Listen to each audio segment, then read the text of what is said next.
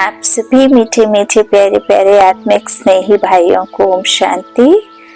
11 मार्च 2024 के आज के ईश्वरीय महावाक्य हैं। आज के मुरली के सार में मीठे मीठे प्यारे प्यारे श्री बाबा ने कहा, मीठे बच्चे, बाप और बच्चों की एक्टिविटी में जो अंतर है उसे पहचानो। बाप तुम बच्चों के साथ खेल सकता, खा नहीं सकता। प्रश्न है, सत्य का संग तारे कुसंग बोरे, इसका भावार्थ क्या है? उत्तर में बाबा ने कहा, तुम अभी सत्य का संग करते हो अर्थात बाप से बुद्धि योग लगाते हो तो पार हो जाते हो। फिर धीरे धीरे कुसंग अर्थात देह के संग में आते हो तो उतरते जाते हो, क्योंकि संग का रंग लगता है। इसलिए कहा जाता, सत्य का संग तारे कुसंग बोरे। तुम देह सहित देह के सब संबंधों को भूल बाप का संग करो अर्थात बाप को याद करो तो बाप समान पावन बन जाएंगे। ओम शांति। अब बच्चों की 2 क्लास हो गई।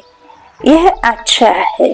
एक याद की यात्रा जिससे पाप कटते जाते हैं, आत्मा पवित्र बनती जाती है, और दूसरा क्लास होता है ज्ञान का।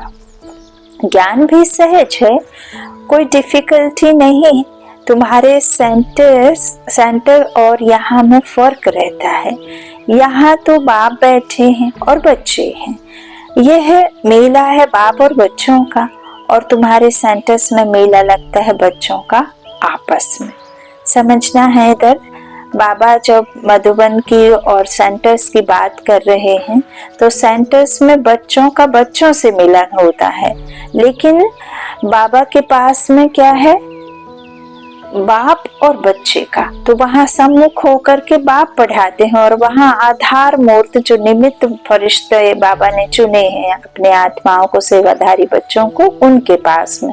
तो आत्मा ने बाप से ज्ञान लिया, फिर आत्मा दूसरी आत्मा को सुनाती है ना वहाँ पे, लेकिन परमात्मा और आत्मा का मिलन है। तो ये फर्क है, बाबा कहते। इसलिए बच्चे सम्मुख आते, भले याद करते हैं, परंतु तुम सम्मुख देखते हो। तुम्ही से बैठूं, तुम्ही से बातचीत करूं, तुम्ही संग खाऊं, तुम्ही संग बोलूं, है ना। तो यह बाबा सम्मुख की बात कर रहे। तो बाप ने समझाया है, बाप और बच्चों की एक्टिविटी में फर्क है। ख्याल करो, इसमें बाबा का पार्ट क्या है और रथ का पार्ट क्या है? क्या बाप रथ द्वारा खेल सकते हैं? हाँ, खेल सकते हैं। जब कहते हैं तुम्ही से बैठो, ऐसे ही तुम्ही से खाओ, क्योंकि खुद तो वह खाते नहीं है।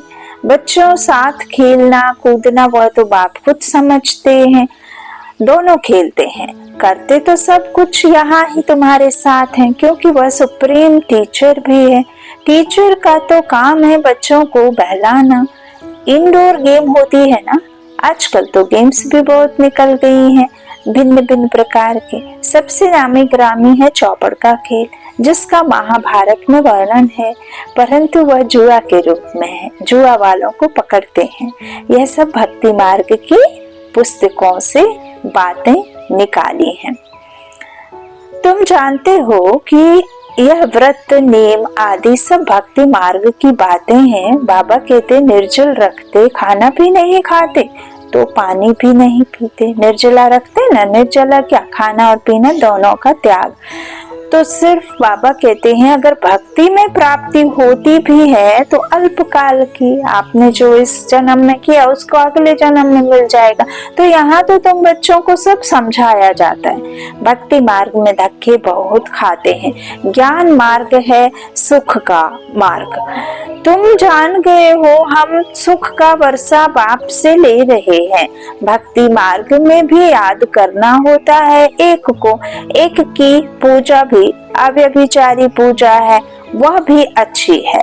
भक्ति भी सतो रजो तमो होती है। बाबा कहते हैं जब द्वापर शुरू होता है तो भक्ति सतो होती है, फिर धीरे धीरे रजो में, और अब तो बिल्कुल तमो हो गई है ना। जिसका मन जिसको चाहे उसको भगवान मना के पूजने लगे, मनुष्यों के पैर धो के उनके चरणों का गंद पानी पीने लगे, और पेड़ पौधे मनुष्य पक्षी को सबको पूजने लगे। तो ये से तमो प्रधान कहा।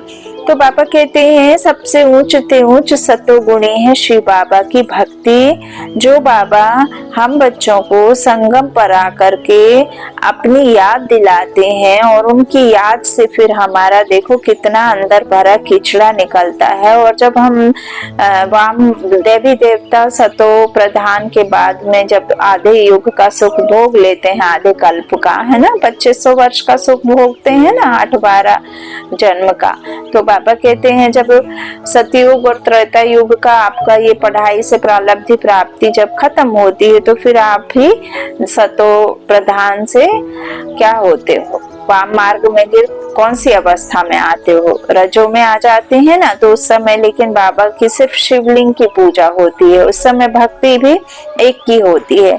तो बाबा कहते सबसे ऊंच सतोगुणी है शिव बाबा की भक्ति। शिव बाबा ही आकर सब बच्चों को सुख धाम में ले जाते हैं।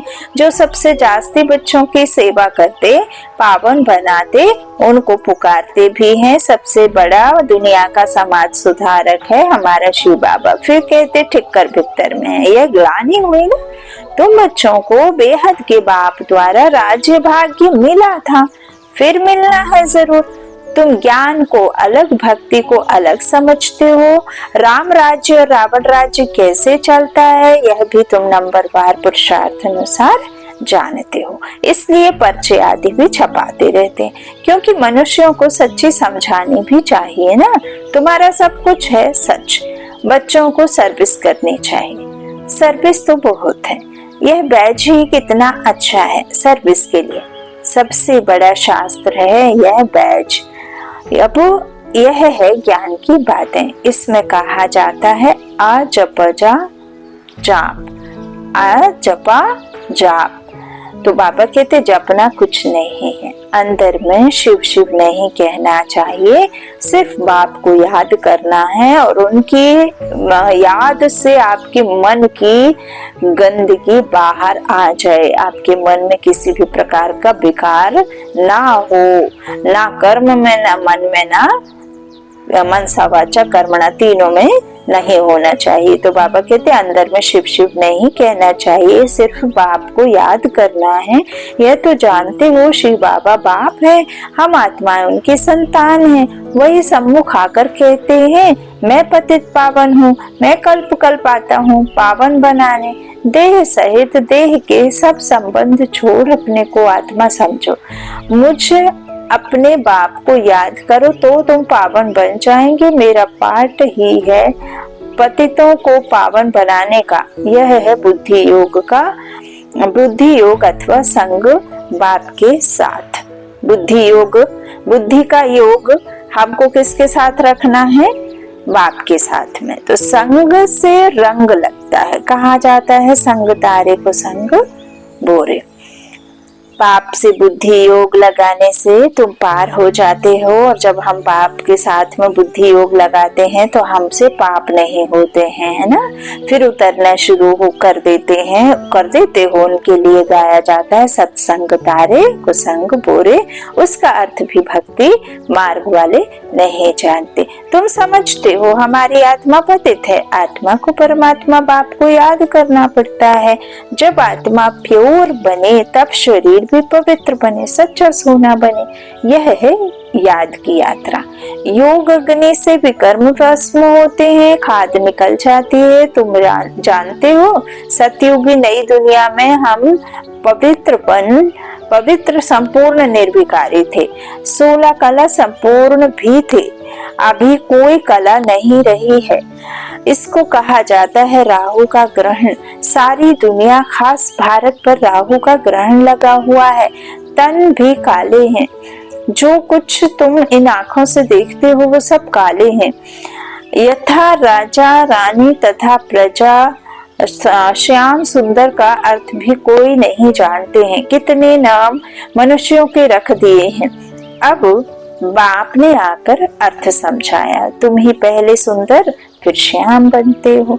ज्ञान चिता पर बैठने से तुम सुंदर बन जाते हो। फिर भी यह बनना है, श्याम से सुंदर, सुंदर से श्याम, दिन से रात, रात से दिन। हाँ, तो उनका अर्थ बाप ने आत्माओं को समझाया है। हम आत्माएं एक बाप को ही याद करती हैं, बुद्धि में आ जाता है हम बिंदी हैं, इसको कहा जाता है आत्मा रियलाइजेशन। फिर देखने के लिए इनसाइट, यह तो बाबा कहते हैं इनसाइट, यह तो है समझने की बातें। आत्मा को समझना है, मैं आत्मा हूँ, यह शरीर मेरा है। यहाँ बाबा कहते हैं हम शरीर में आकर पाठ बजाते हैं। पहले पहले हम आते हैं ड्रामा के प्लान अनुसार सतयुग में ना। तो आत्माएं तो सब हैं, कोई में पाठ कितना है, कोई में कितना, किसी में जास्ती है, किसी में कम है। तो यह बड़ा भारी बेहद का नाटक है। इसमें नंबर वार कैसे आते हैं, कैसे पाठ बजाते हैं, यह तुम जानते हो। पहले पहले देवी देवता घर आना है, यह नॉलेज भी तुमको अभी है इस पुरुषोत्तम संगम युग पर। बाद में फिर यह कुछ भी याद नहीं रहेगा। बाप खुद कहते हैं यह ज्ञान प्रायः लोप हो जाता है, किसको भी यह पता नहीं है। यदि यह ज्ञान देवी देवताओं के साथ नहीं जा सकता तो फिर ये मनुष्यों के पास तो बिल्कुल भी इम्पॉसिबल है आना उनके पास में, है ना। जब देवी देवताओं के पास नहीं तो मनुष्यों की क्या है बोलो।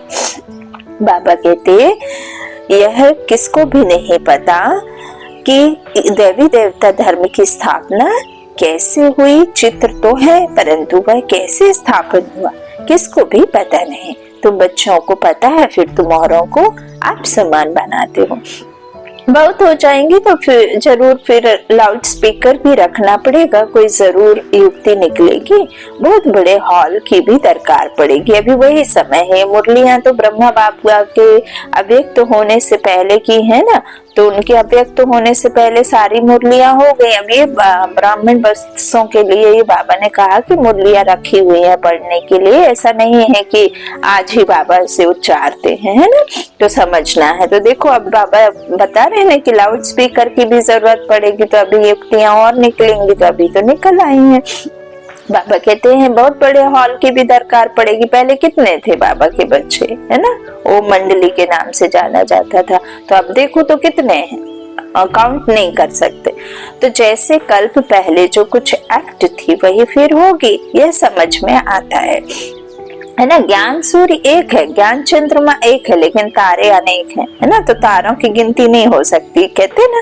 तो ऐसे ही बाबा कहते यह समझ में आता है, बच्चे बुद्धि वृद्धि को पाते रहेंगे। बाबा ने समझाया था शादी के लिए जो हॉल आदि बनाते हैं उनको भी समझाओ। यहाँ भी शादी के लिए धर्मशाला आदि बना रहे हैं। कोई अपने कुल के हैं तो झट समझ जाते हैं, जो इस कुल के नहीं होंगे वह विघ्न डालेंगे। जो इस कुल के होंगे वह मानेंगे कि यह सत्य कहते हैं, जो इस धर्म के नहीं होंगे वह लड़ेंगे, कहेंगे यह तो रस्म चली आ रही है, अभी अपवित्र प्रवृत्ति मार्ग है, फिर बाप आए हैं पावन बनाने। बाबा कहते तुम पवित्रता पर जोर देते हो, इसलिए कितने विघ्न पड़ते हैं। आगा खां है, उनका कितना मान है, पोप का भी मान है। तुम जानते हो पोप क्या आकर करते हैं, लाखों करोड़ों शादियां कराते हैं, बहुत शादियां होती हैं। पोप आकर हथियाला बंधवाते हैं, इसमें वो लोग इज्जत समझते हैं। महात्माओं को भी शादी पर बुलाते हैं, आजकल सगाई भी कराते हैं। बाप कहते हैं काम महाशत्रु है, यह ऑर्डिनेंस निकालना मासी का घर नहीं है। इसमें समझाने की बड़ी युक्ति चाहिए, आगे चलकर धीरे धीरे समझते जाएंगे। आदि सनातन हिंदू धर्म वाले जो है उनको समझाओ, वह झट समझ सकते हैं कि बरोबर आदि सनातन देवी देवता धर्म था, ना कि हिंदू। जैसे तुम बाप द्वारा जान गए हो वैसे और भी समझकर वृद्धि को पाते रहेंगे। यह भी पक्का निश्चय है, यह कलम लगता जाएगा। यही कलम लगनी है संगम पर, सतयुग में जाकर के नहीं लगती है ना। तो तुम बाप की श्रीमत पर यह देवता बनते हो। बाबा कहते वहां पे सिर्फ आपको देह बदली मिलेगी, वाया शांति धाम जाएंगे, घर जाकर के वापस आएंगे। तो यह है नई दुनिया में रहने वाले।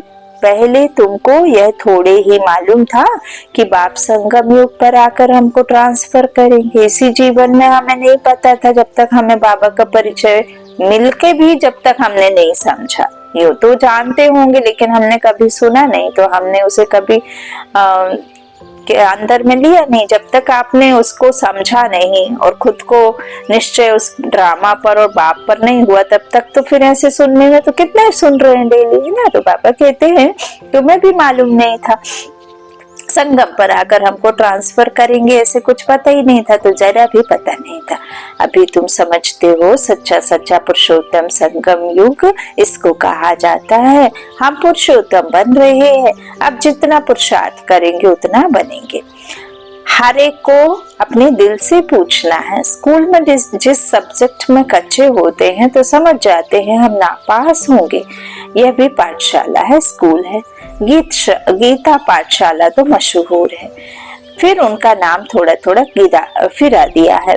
तुम लिखते हो सच्ची गीता, झूठी गीता तो भी बिगड़ते हैं, जरूर खिटखिट होगी, इसमें डरने की बात नहीं। आजकल तो यह फैशन पड़ गया है, बसों आदि को जलाते आग लगाते रहते हैं। जिसने जो सिखाया वही सीखे, है ना। जिसके धर्म वालों ने जो शिक्षा दी वही सीखे, तो आगे से भी जास्ती सब सीख गए हैं। सब पिकेटिंग आदि करते रहते हैं। गवर्नमेंट को भी हर वर्ष खोट घाटा पड़ती है, तो फिर टैक्स बढ़ाए जाते हैं। एक दिन बैंक आदि सबके खाने खोल देगी। अनाज आदि के लिए भी जांच करते हैं, कहाँ जास्ती तो नहीं रखा है। इन सब बातों से तुम छूटे हुए हो, तुम्हारे लिए मुख्य है ही याद की यात्रा। बाप कहते हैं मेरा इन बातों से कोई वास्ता नहीं, मेरा तो सिर्फ काम है रास्ता बताना। बाबा का कोई भी किसी प्रकार की पुरानी दुनिया का जो भी ढिंडोरा और जो भी है ना, वो उससे कुछ भी वास्ता नहीं। उनका तो सिर्फ किससे वास्ता है। बाबा कहते हैं मेरा तो काम ही है तुमको रास्ता बताना। तो तुम्हारे दुख सब दूर हो जाएंगे। इस समय तुम्हारे कर्मों का हिसाब किताब चुकता होता है। रही खुही बची हुई बीमारी आदि सब बाहर निकलेगी। पिछाड़ी के रहे हुए कर्मों का हिसाब किताब चुकता होना है। तो इसलिए संकल्प भी बहुत बुरे बुरे चलेंगे, सपने में भी बहुत गंदे गंदे साक्षात्कार होंगे, जो कभी मन में आपके आया भी नहीं, सोचा भी नहीं, वो भी संकल्प विकारी संकल्प आएंगे। तो बाबा कहते हैं ये जो पिछाड़ी में रही कोई बीमारी है वो सब आएंगी, तो इसलिए उसमें डरना नहीं है। बीमारी में भी मनुष्यों को भगवान की याद दिलाई जाती है ना। तो तुम हॉस्पिटल में भी जाकर नॉलेज दो कि बाप को याद करो तो भी कर्म विनाश हो जाएंगे। सिर्फ इस जन्म की बात नहीं, भविष्य 21 जन्म के लिए हम गारंटी करते हैं कभी बीमार नहीं होंगे। एक बाप को याद करो तो बाबा क्या कहते, एक बाप को याद करने से तुम्हारी आयु भी बढ़ जाएगी। बढ़ जाएगी कि नहीं बढ़ जाएगी? तो बाबा तो हमें 21 जन्म के लिए गारंटी कर रहे हैं, यहाँ तो कोई एक पल के लिए गारंटी नहीं करता, है ना। तो बाबा कहते हैं एक बात को याद करने से तुम्हारी आयु भी बड़ी होगी। अभी यहाँ नहीं, कई समझते हैं कि लो इतनी बड़ी बीमारी है, डॉक्टर कह रहा कल गए कि अब गए, मेरा खुद अंदर से है कि अब गए कि कब गए। बाप बड़ी बड़ी बातें करते हैं, हाँ कुछ भी बोलते हैं। तो आयु यहाँ की नहीं, आयु जिस दुनिया में वो हमें लेकर के जा रहे हैं, जिस दुनिया के लिए हमें तैयार कर रहे हैं, जिस दुनिया के लिए हमें सिखा रहे हैं, उस दुनिया की बात बाबा करते हैं। इस दुनिया की बात बाबा बहुत कम करते, फिर भी बाबा हर कदम पर तुम्हारा साथ देता है। हमने भी एक्सपीरियंस करते हैं, और जो भी हमारे जीवन में संघर्ष है वो तो हमारे ही किए विकर्म है। बाकी बाबा उस संघर्ष से भी हमें सहज बाहर बाहर निकालता है मुश्किलों से, वो बाबा का कर्म है। तो बाबा कहते हैं आयु भी बड़ी होगी, लेकिन सतयुग में भारतवासियों की आयु बड़ी थी, निरोगी थे। अब बाप तुम बच्चों को श्रीमत देते हैं श्रेष्ठ बनने के लिए। पुरुषोत्तम अक्षर तो कभी भी भूलो नहीं, कल्प कल्प तुम ही बनते हो, ऐसे और कोई कह ना सके। तो ऐसी ऐसी सर्विस बहुत कर सकते हो। डॉक्टर से तो कोई भी समय टाइम ले सकते हो। नौकरी करने वाले भी बहुत सर्विस कर सकते हैं। मरीजों को बोलो हमारा भी बड़ा डॉक्टर है, अविनाशी बेहद का सर्जन है, हम उनके बने हैं। जिसको हम 21 जन निरोगी बनते हैं, बाबा कहते निरोगी बनते हैं ना 21 जन के लिए। तो हेल्थ मिनिस्टर को समझाओ कि हेल्थ के लिए इतना माथा क्यों मारते हो। सतयुग में बहुत मनुष्य कम थे, शांति सुख पवित्रता सब थी, है ना। अभी जो आशीष देते हैं ना, वो आशीष यहाँ की नहीं, असल में वो आशीष उधर की है, सतयुग की, जो हमें बाप ने दी है ना। तो सुख शांति पवित्रता सब थी। सारी दुनिया में तुम ही सबका कल्याण करने वाले हो, तुम पंडे हो ना, पांडव संप्रदाय हो, यह किसकी बुद्धि में नहीं होगा। फूड मिनिस्टर को समझाओ, पहले सबसे बड़ा फूड मिनिस्टर तो शिव बाबा है ना। इतना अनाज देते जो स्वर्ग में कभी खोट नहीं होते। अभी तुम हो संगम युग पर, सारा चक्र तुम्हारी बुद्धि में है, इसलिए तुमको स्व दर्शन चक्रधारी कहा जाता है। बाकी भारत इंसॉल्वेंट बन गया है। अक्ल वाले आकर अक्ल सिखलाते रहते हैं, यह भी तुम बच्चे जानते हो। अच्छा, मीठे मीठे सी खिलाते बच्चों प्रति माता पिता बाप दादा का याद प्यार और गुड मॉर्निंग। रूहानी बाप की रूहानी बच्चों को नमस्ते। हम रूहानी बच्चों की रूहानी माता पिता बाप दादा को याद प्यार और गुड मॉर्निंग। शुक्रिया बाबा, शुक्रिया। धारणा के लिए मुख्य सार। पहला, बाबा ने कहा एक बाप को साथी बनाकर तुम ही से बैठो, तुम ही से सुनो, तुम ही संग खाऊं, यह अनुभव करना है। कुसंग छोड़ सत्य के संग में रहना है। दूसरा, कर्मों का हिसाब किताब याद की यात्रा और कर्म भोग से चुक्त कर संपूर्ण पावन बनना है। संगम योग पर स्वयं को पूरा ट्रांसफर करना है। मन बुद्धि से समर्पित होकर सब कुछ उसके हवाले कर दिया, माना कर दिया, फिर उसे याद भी नहीं करना। वरदान है दिल से मेरा बाबा कहकर सच्चा सौदा करने वाले सरेंडर व मर्जी बाबा। ब्रह्मा कुमार कुमारी बनना, माना, सरेंडर होना, सब दिल से कहते हो मेरा बाबा। तो बाबा भी कहते बच्चे सब कुछ तेरा, चाहे प्रॉपर्टी में हो, चाहे सेंटर पर हो, चाहे बाबा कहते, लेकिन जिनके दिल से कहा, जिसने दिल से कहा मेरा बाबा, तो बाप ने अपना बना लिया।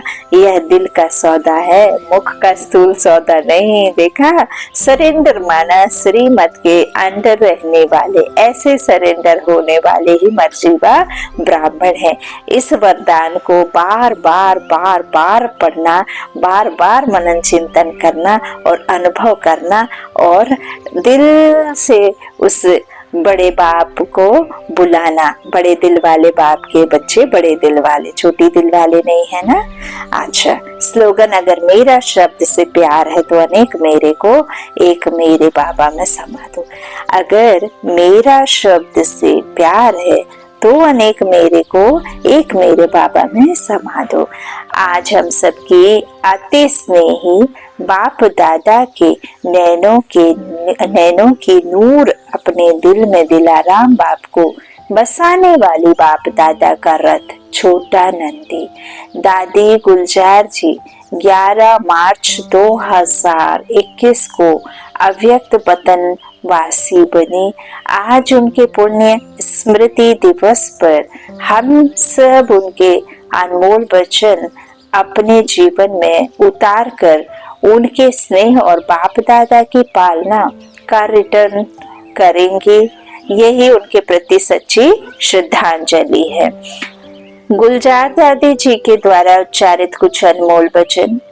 पहला, अपनी सब जिम्मेवारियां बाबा को देकर डबल लाइट रहो तो खुशी में नाचते रहेंगे। दूसरा, मन बुद्धि को एक बाप में लगाना, एकाग्र करना ही सच्ची साधना है। तीसरा, परमार्थ प्यार ही निस्वार्थ प्यार है। इसके रिटर्न में सिर्फ समान बनो। चौथा है, बाबा के साथ का अनुभव करने के लिए मन बुद्धि को क्लीन और क्लियर रखो। पांचवा है, सर्वशक्तिवान बाप साथ है तो सदा मौज में रहो, ना मूंझो, ना घबराओ, ना कभी दिल शिकस्त हो। छठवा है, अंतः बाहक शरीर द्वारा सेवा करने लिए डबल लाइट बनो। सातवां, बाबा को दिल का हाल सुनाओ, नैनों में बसाओ तो किसी में आंख नहीं डूबेगी। बाबा को दिल का हाल सुनाओ, नैनों में बसाओ तो किसी में आंख नहीं डूबेगी। आठवां, अंतिम समय में मनसा सेवा करने के लिए सर्व शक्तियों का स्टॉक जमा करो। अंतिम समय में मनसा सेवा करने के लिए सर्व शक्तियों का स्टॉक जमा करो। अच्छा, ओम शांति।